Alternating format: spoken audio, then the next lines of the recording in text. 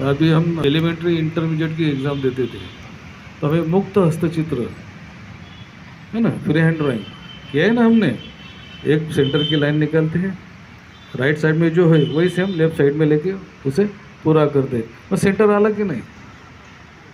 पण ती ताकद येण्यासाठी, ते मेजरमेंट येण्यासाठी आपल्याला खूप मेहनत करावी लागेल आणि आत्ता ती ताकद आपल्या हातामध्ये नाही आहे। म्हणून आपण विद्यार्थ्यांना सांगतो की तुम्ही सेंटरला ती घेऊ नका।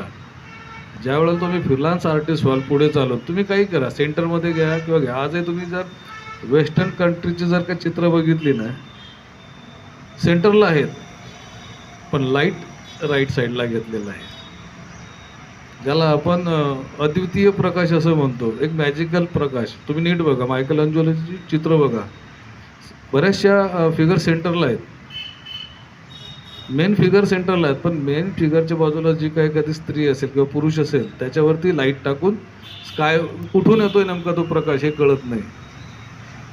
त्यासाठी स्टडी खूप महत्त्वाचा आहे छायाप्रकाशाचा। हे रचनेचं पहिलं तत्व आहे, छायाप्रकाश। आणि नेमकं माध्यम कोणतं वापरतंय? ॲक्च्युली कलेला माध्यमाची गरज नाही तर संवादाची गरज असते, हे सगळ्यात महत्त्वाचं ठेवा। तुम्ही तुमच्या कलेतून संवाद साधू शकता समोरच्याशी, माध्यमातून नव्हे।